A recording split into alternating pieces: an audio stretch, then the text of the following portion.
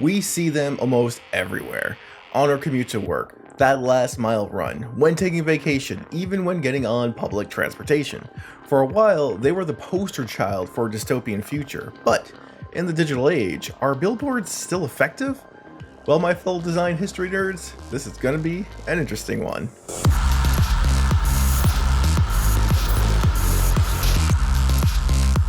Billboards are as commonplace as a stop sign or a streetlight.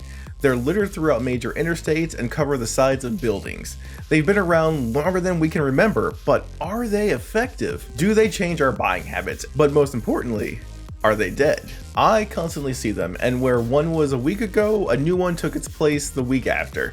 And then we have digital billboards holding at least half a dozen ads promoting shows, drinks, healthcare, and local businesses. I mean, they must be working, right? Otherwise, we wouldn't have them still. Or maybe new technology isn't here to replace them yet. But before we go into the future of billboards and what could be and kind of already is the billboard killer, let's talk about how they're designed, where they came from, and if they actually do anything.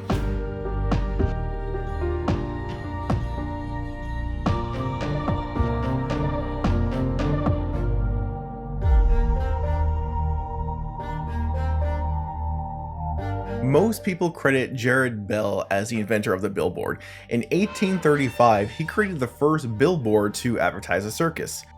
A competing circus did the same thing with about a 50-foot poster in New York City, and thus began the Billboard Wars. Now, at this time, billboards were nothing but giant posters and really didn't have a standard size. They were ornate, wordy, and again, just a giant ad. It wasn't for another 30 years that we start seeing standards being created. People experimenting with sizes, shapes, and content. But all this experimenting didn't go unnoticed. Around 1867, people started leasing land and sides of buildings for prime billboard real estate. And in 1889, the first 24-sheet billboard, a proto-design to the modern-day billboard, was displayed in a Paris exposition. And finally, around the 1900s, billboard sizes and shapes were kind of standardized into what we see today. It wasn't until 1904 did we see the first electronic billboard in New York City from Oscar J. Good, a veteran in billboard designing. He created an electronic light-up advertisement for Timber Whiskey in Times Square featuring two glasses in mid-toast nestled by the logo. Finally, coming to modern times, in 2005 the first digital billboard started to appear, the one we kind of see a lot today with multiple ads. Billboards are sometimes classified as OOH, or out-of-the-home advertising. Besides highways, they're on rural roads, off-ramps, on buildings, benches, buses, trains, sporting events, and even on us. Don't think of billboards as traditional roadside advertisements, because billboards are kind of just short advertisements with a large imprint area, meant to grab your attention.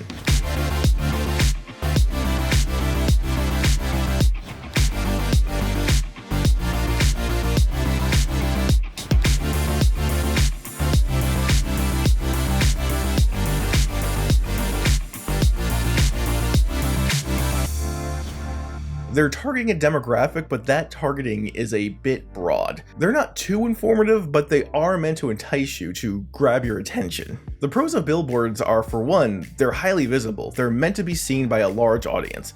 Unlike, say, a magazine advertisement, billboard ads are shown to everyone and anyone. They're also easily updated. With a magazine, you're stuck with that ad. It's in there forever. With a billboard, you can change it out as many times as you want. A monthly magazine will probably go in the trash within a day or week, but a billboard will be there for as long as the land is there. And let's not forget the rule of 3, which states that it takes about 3 times for a consumer to actually start thinking about your product. People are creatures of habit, so if someone is commuting to work, they're probably taking the same path over and over again. If that billboard stays up for at least a month, and someone who works a full-time job, they're seeing that ad at least 45 times. There's a very good chance that ad is subliminally making that person want to, at the very least, learn more about your product. But just because they're seeing it 45 times doesn't mean it'll work. Let's talk about the key element you need to think about when deciding where to place that billboard. Who is your audience? Are you a restaurant or a phone shop? Are you a lawyer or a healthcare provider? Let's go with a restaurant, for example. You'll want that ad close to your location, but in a place that's not next to your location, like close to an off-ramp where your restaurant is located. That way, travelers who might be hungry see your giant billboard and not those state roadside signs with a bunch of logos on it. But also, putting a billboard a block away from your restaurant really doesn't do anything. Odds are it's in the town that knows your restaurant exists, and an advertisement on a street corner really isn't going to pull in new customers. So now you know where you're going to put your billboard. What are you going to put on the billboard? Well, if you're a restaurant, you kind of want to show off your food. Here's where you can experiment a little. What's your best seller? What do people tend to eat mostly after work? What is a popular dish in that area? What looks good blown up? You don't want to go with just a grilled cheese sandwich sitting on a plate. Maybe you show off some golden brown fries, a cutaway of a burger with all the fixings. Next, if possible, maybe break those borders. We all know what billboards look like, and the human mind does a great job of ignoring anything that doesn't look important or interesting. So instead of cropping the burger, why not have a cutout of the bun or create a three-dimensional look to the food? This creates something interesting for the viewer to look at. It's an attention grabber. So now you have your picture. What about the message? You know this is on the highway, and you know these people are commuting or at the very least traveling, so why not just say, don't want to cook? We got you covered. Or juicy, crispy, flavorful, entice your taste buds. And you might have noticed I have the same number of words here. That's because most people can only read 7 words before they pass the ad. It might be also because the average person has an attention span for about 3 to 5 seconds, which is just enough time to put 7 words on an advertisement with an image. The last thing you want to do is add a call to action. Now, this isn't like a traditional call to action. You want to be smart about it. Think about it. The person seeing your ad had just enough time to read it and see the image. And for a restaurant, you want people to know where it is. So instead of putting a phone number or website, you should put directions, but not a full address. Keep it simple. Take the next exit and make a left, or next exit and make a right. You'll see our sign. And because of technology, you can also rely on someone going to Yelp or Google Maps. They just need to know it's the next exit. That next exit is your call to action.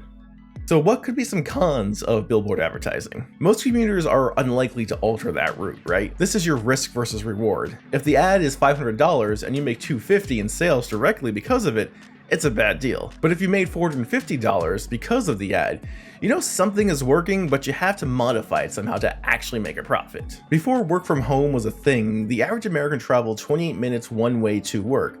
Now these numbers were taken pre-pandemic, so that has changed drastically. But over 130 million people used to drive to work with about a 55-minute commute altogether. The average spend on OOH advertising was about 6% globally in 2019, and with about 350,000 billboards in the US with about 8,000 that are now digital, that was a lot of people seeing billboards. But let's not forget the billboard killer.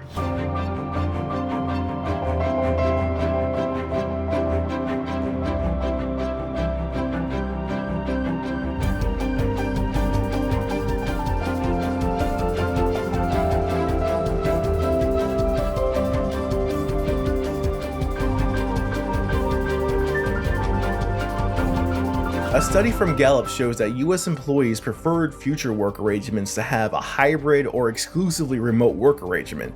So it would be logical that advertisers are moving away from traditional billboards and going online with those billboards.